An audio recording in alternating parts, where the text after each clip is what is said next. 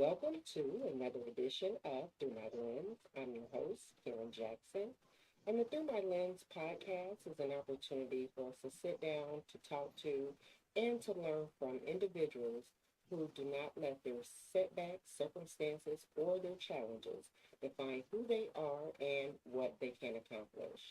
And today we have a special feature. We are gearing up for Juneteenth, a special freedom celebration. And so I thought no better person to talk about this particular celebration that's coming up, to talk about some of the things that's happening right here in Dayton, Ohio, and to talk about some of the advocacy and activism work that is going on right here in Dayton, Ohio, that has a national impact. So I am so excited to welcome Mr. Donald Domineck, who is the founder and chairman of the Dayton New Black Panther Party. Plus, he's my cousin, so it's a wonderful time for us to spend a little time talking to each other All right. about issues that I know that are close to your heart. So thank you for agreeing to accept the invitation to come and talk about the significance of the importance of freedom, the importance of our rights in today's world. So thank you so much for coming. Thank you for inviting me. So I want to ask you a little bit. I want to talk to you a little bit because I know that you guys have been this new Panther Party has been very busy. So I want to talk a little bit about. Tell me first of all, tell me why you got into this activism work, and tell us catch us up because I think the last time you were on the podcast the KKK was coming to downtown Dayton. And so give us an update of what's been going on and what we can expect for the celebration that's coming up this weekend. Okay. First of all, I got involved in the Black Panther Party because their political philosophy was based on self determination or black people coming together and doing for themselves and not waiting for others to improve our condition. So I got involved. The Black Panther Party was the organization that really spoke to me as far as going forward and doing some positive, uplifting, and empowering things in our community. So I've been involved since about 2007. I started a chapter along with a brother named Jeff Dixon and Muishi Chui. We also are part of an organization called the Republic of New Africa, which is working on reparations for black folks in America. General Chewy and Jeff Dixon are both deceased now.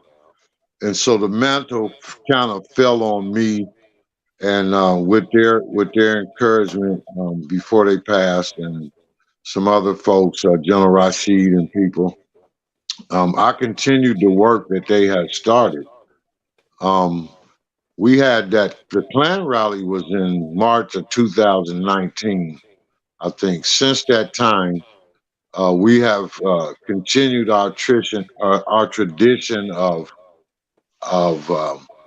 equal justice rallies. We had the George Floyd rally after George Floyd was killed in Minnesota. We had a rally behind Breonna Taylor, who was killed in Kentucky.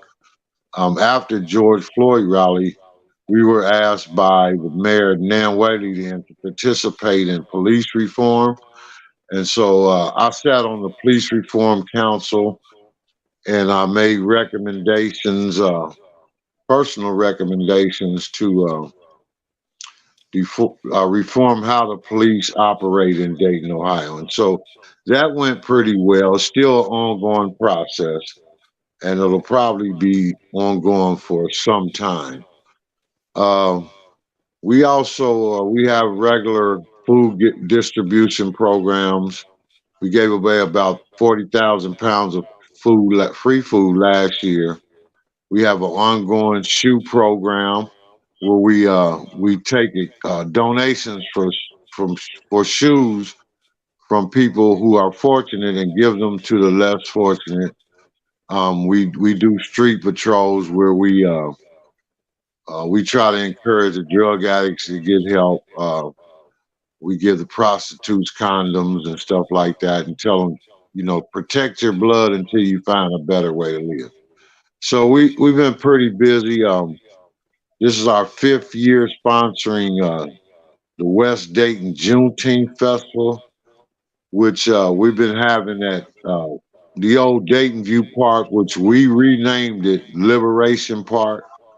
And we brought, with some other people in Dayton, we brought the Juneteenth Fest here on the west side, in these in our um, underprivileged community, I guess you could say. And then we petitioned the city of Dayton to do some upgrades on the park, and Mayor Mims, along with the other city commissioners, came up with a plan. Fred Stovall, who's over Public Works, and they invested $380,000 into that park. If you go there now, they're building a new shelter, new playground equipment for the kids, new sidewalks and curbs, and we got some plans for maybe some additions in the future. So every year we've been having Juneteenth Fest at that park. Once again, we'll have it this year. It's going to be June 15th. That's this coming Saturday. We're going to have a parade that leaves 3rd and Broadway, and we're going to go north on Broadway to Liberation Park, where we have a fantastic festival planned with the Love Locks Band and the Voices of Fellowship, which is a choir that was started with some recovering people down at the Dayton Fellowship Club. DJ Oscar's going to be there. We'll have bouncy houses for the kids, food trucks. We have some, in the spirit of the Black Panthers, we have some free food that we're going to give out to people who can't afford food. And yeah, that's kind of where we at. We stay busy doing a lot of stuff. We've been involved in voter registration. We're doing that now, which traditionally that was not something the Black Panther Party would get into. But because of the political climate that you've been talking about, we chose to get involved in that because we believe the Black nation is under attack in general, and we should help in the fight.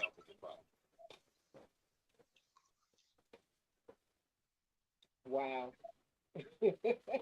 Right? We When I busy, said man. you've been busy, I didn't even know how busy you were.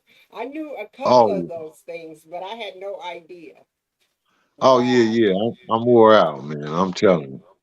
Okay, that is awesome. So I want to circle back because you said Mm. one of the first things you said was that you wanted to get involved um, because of the importance of, you know, expressing self determination and not depending on someone else to Right, save you or rescue you, and right. to work what can you do to improve your conditions despite Exactly. whatever you may face.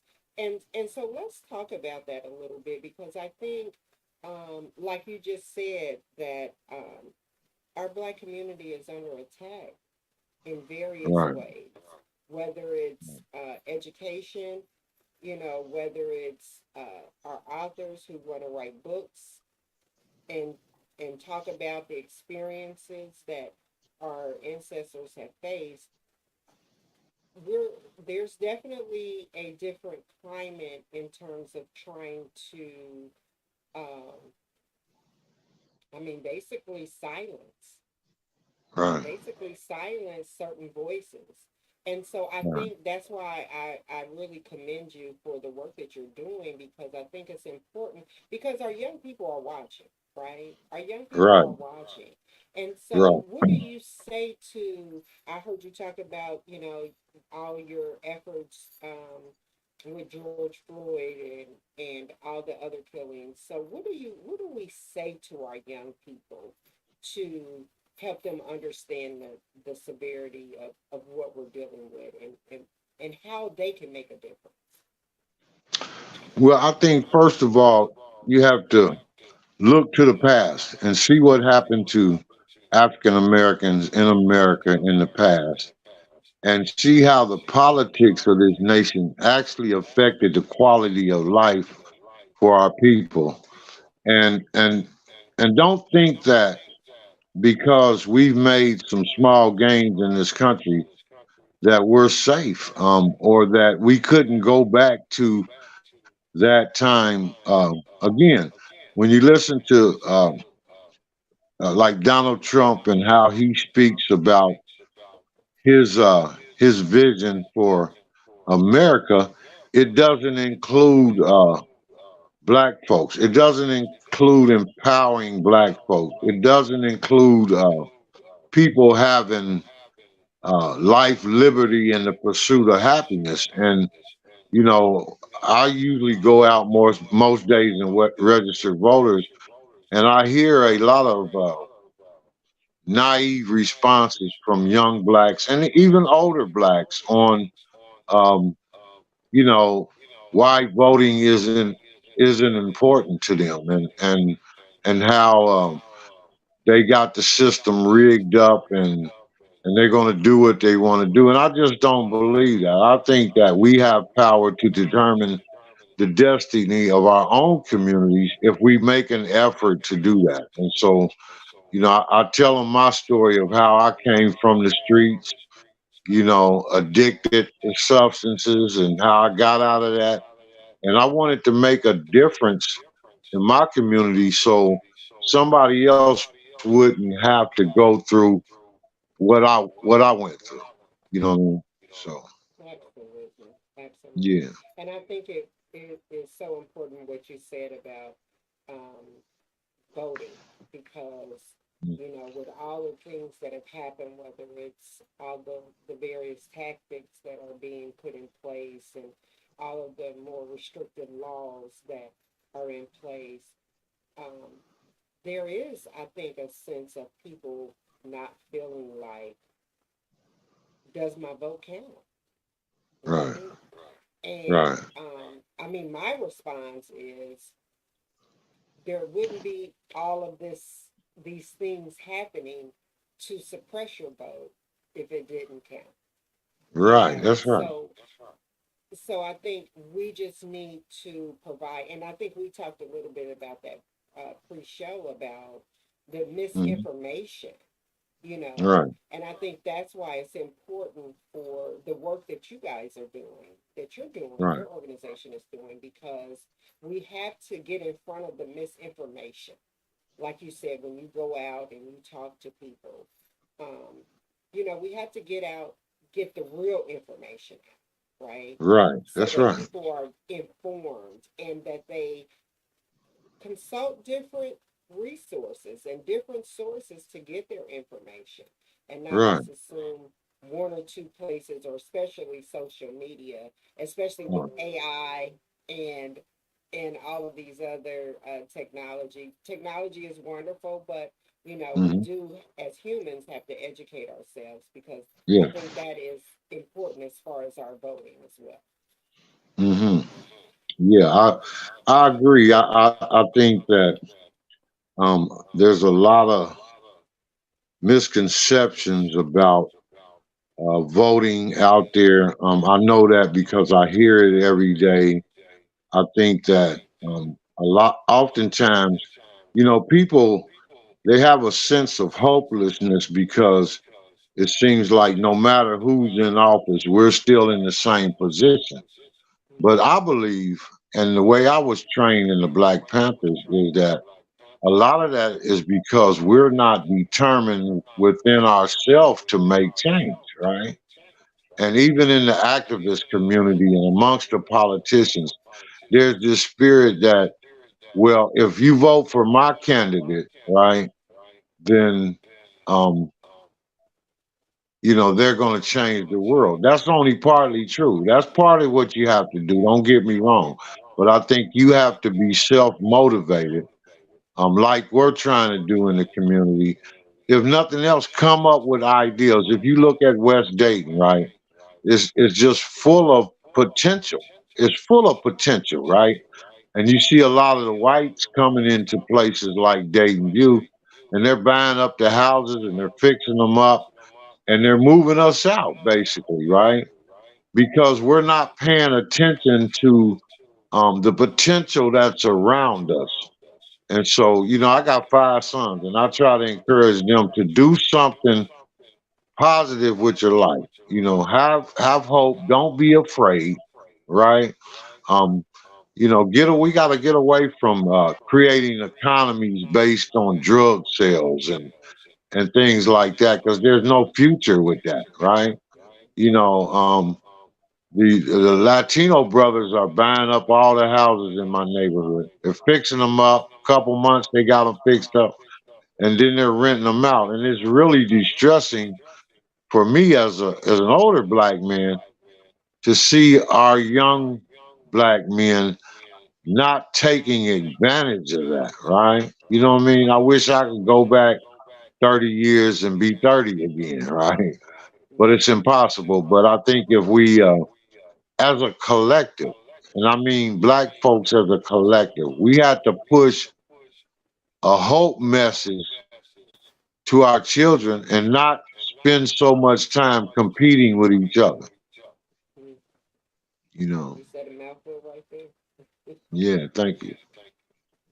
And and I think what you just said is, providing hope and education for our young people to show them there is a way out, right? Right. Um, um, even if you still stay on the west side, it doesn't mean you can't have a good quality of life. You just have to make the choice, like you said, to do that. And then, like you said, what else can we do collectively to to build our community? And I go back again, that's why I'm just so enthralled of what you talked about some of the work that you guys have done as far as providing food and police reform. I think that is when you talk about hope, especially among black people, whether they're white or whether they are male or female. Right. We all have concerns as far as our dealings with police, right? Right. We have to be cognizant, and I think we as African Americans have to live in a certain way that our white counterparts don't. And so I think the work of the police, the police reform and being able to give suggestions for policies that's going to impact our people is going to for generations to come, not just for us. So I just really commend you for your hard work on that. And I wonder, and that brings me to, well, before we, Right. well, Right. I'll circle back to that. But I wanted to chat with you real quickly because I think, you know, all of the work, and you talked about providing shoes to folks in need, which is, I need to go through some of my shoes. Let me tell you that. Okay. I'll just tell you that. Right. But I think what is also, um, in all the work that you're doing, you were recognized by the NAACP with the Courageous Activist Award. Tell us a little bit about that. And I think to me, that's what inspires our young people to learn how to do that. How can we all give us some advice on how we can all be a courageous Well, activist? I think that it starts with us requiring other people to, um, when they come into our community and sell us goods and services, right?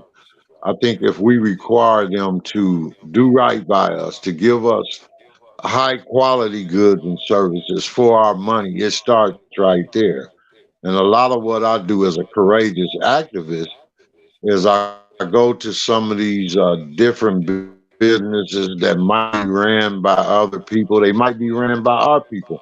And we let them know that we're not going to tolerate you coming into our community and selling us substandard products or charging us taxes on things that are not permitted by the state to be taxed, and or treating us in a disrespectful way, because historically that's how we've been treated by people, right? And a lot of the people that come here from other countries, they know that Africans in America are not esteemed above others.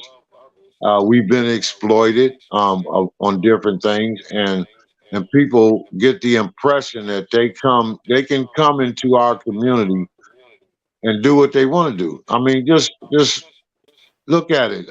Historically, people could come in our community, they could sell dope, they could prostitute, they could open up markets that exploited us, um, selling us whatever they wanted to sell us, right? Whatever quality they wanted to sell us. And we were not supposed to say nothing, right? And that's one of the main reasons I got involved in the Black Panther Party, is to tell not just the police, but them also, but anybody else that want to take up shop in the black community, that when you come to my neighborhood, and they all know me now, right? When you come to my neighborhood, you come correct or don't come, or we're gonna do everything we can to make sure you're not successful if you're exploiting our people. You know what I mean? And so that's primarily what I do. Is I say to everybody, right? You know, our this park, for an example, okay? This park had fell on hard times. It was like where the crackheads hung out at, where the prostitutes hung out at. And we said, no more are you going to treat us like that, whoever you are, okay? And so we wanted good quality stuff in our city, in these communities that we call the ghetto, right? And we told the city that, right? Like, we need you to invest in these areas because these people over here are important also. And so that's kind of where I'm at on that.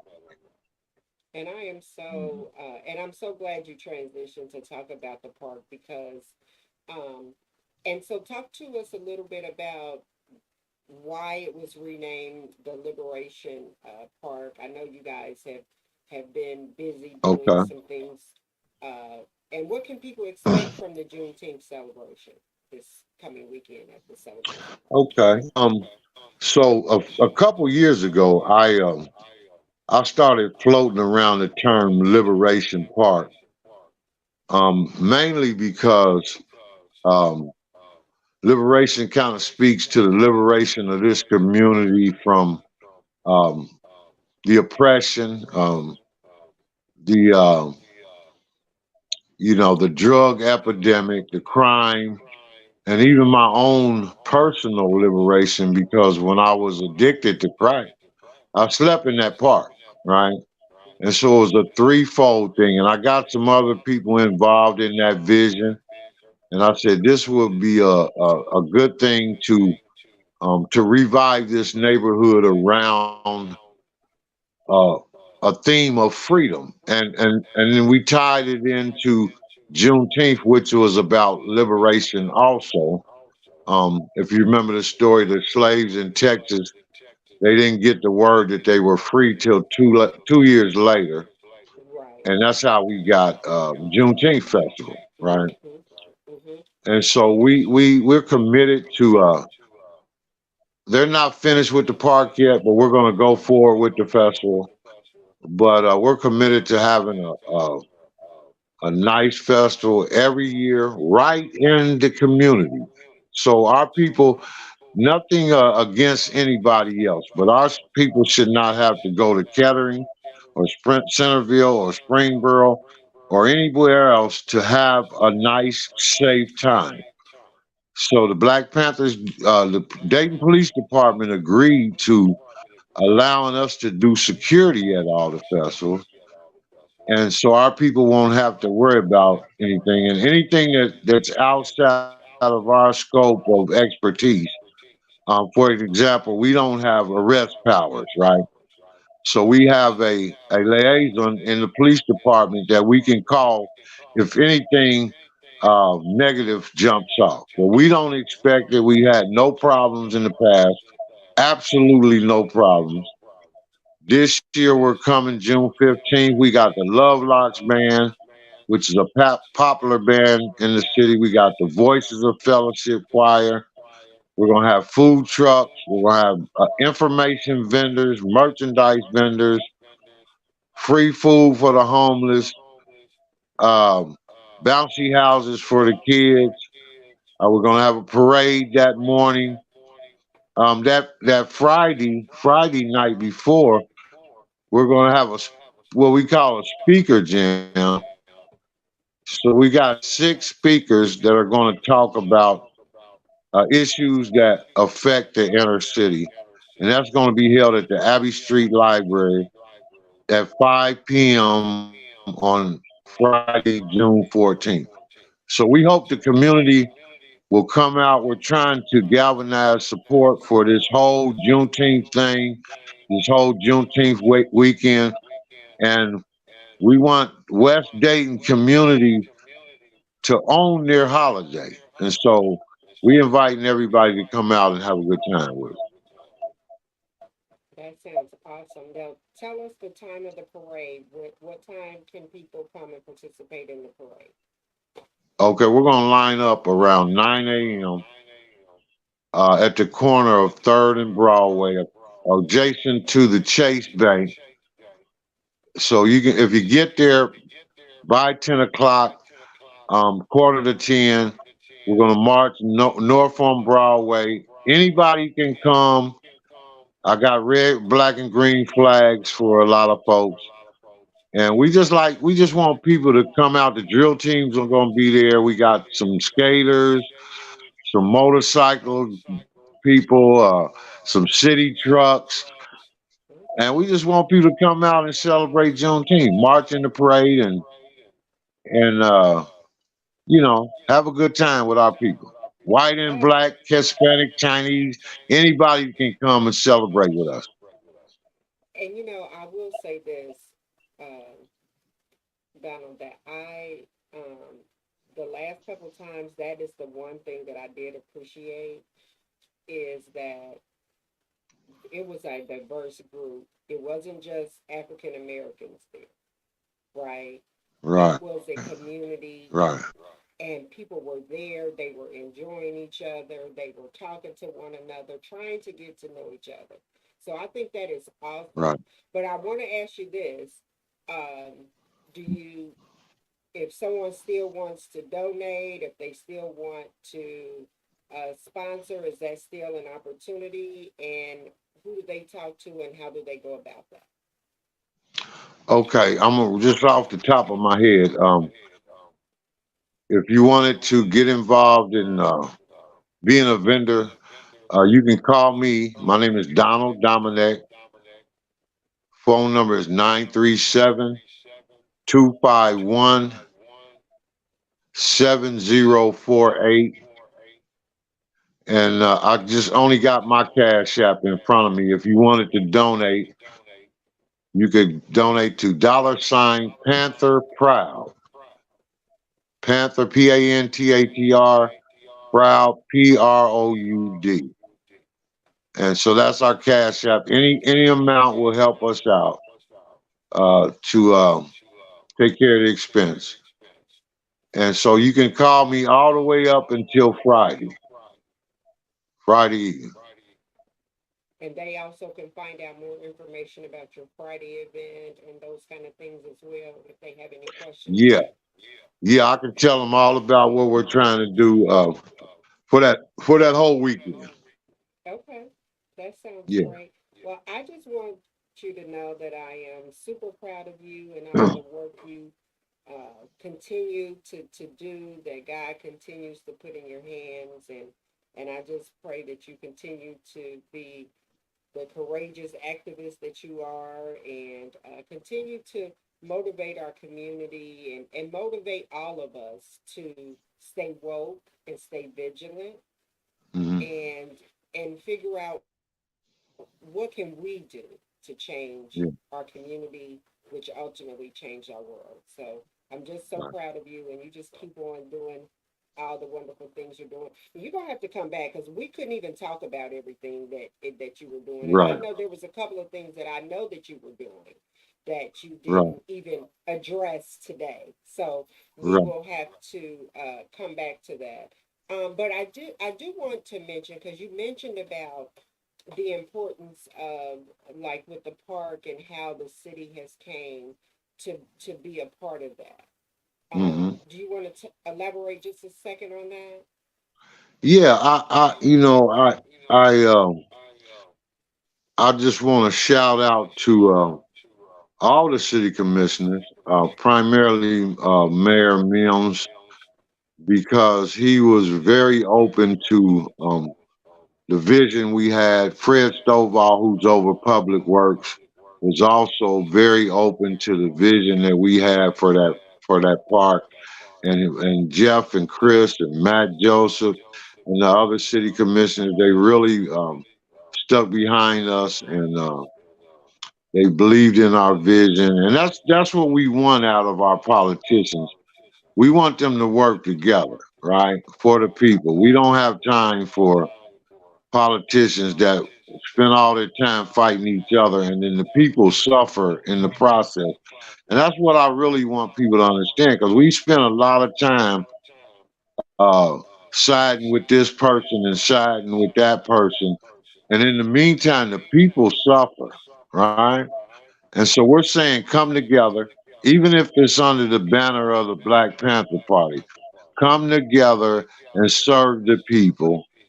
And the other stuff nonsense, we don't have time for it. So shout out to all those people who caught the vision, all those people in the community. I had a lot of people, primarily David Fox, Liz Early, Janelle Berry, Carlos Buford, Mike Motley, Kenny Baker, some other people that helped out with that project. Much love and respect, and all power to the people. I love my Reverend David Fox. So Yes, sir. That's my yeah. brother. Yeah, Yes, yeah. a lot of, when I started activism in the community, that was the person that taught me a whole lot. So I really, Oh really yeah, good respect brother, him. good brother. I don't want to leave out of Maha Selassie, See, because he's I was been getting ready to say, see, once you start calling names, you're gonna yeah, you're and gonna get all the yourself Black in trouble. Panthers. I know all the Black Panthers, so y'all know who y'all are. Exactly. Right. But thank you so much again for Marlon accepting the Shackler. Okay, go invitation. ahead. I'm sorry. Oh no, go Go, ahead, yeah. see. What were you gonna say? Go ahead. No, I said What did Marlon you say? Shackford. Marlon Shackford, he Okay. actually, me and him and Who's Liz this Early, guy? we actually designed the shelter. And the shelter is going to be named the Roebuck Early Pavilion. All So that's all I got. right. Yeah, Okay, so, that is awesome. The yeah. look, the Roebuck family see that legacy, because it just didn't Yes, start yes. with you either, did it? My grandpa, you remember Grandpa was the man, right? Absolutely. I Yeah, remember well, thank him you for down in the having me, very, sister. very beginning when I was in my Oh, recruiting yeah. days. Right, right, right. And he was Mm. on it. He was on it. Yeah. Yes, he was. So, and you're definitely walking in the footsteps, and so you just Thank keep you, sister. on. I appreciate it. I You just appreciate it. keep on, and anytime you want to come back, you have an open invitation. Okay, I appreciate that. Okay, so again, give You them have a your good phone evening. number, so if they want to contact you for the celebration, how they can do that. Yes, ma'am. Just call me. Yeah. 937-251-7048. All right. Well, God bless you, and you God bless you keep too. Peace fighting. and love. Okay. All right. God bless. Have a good night. You too. God bless.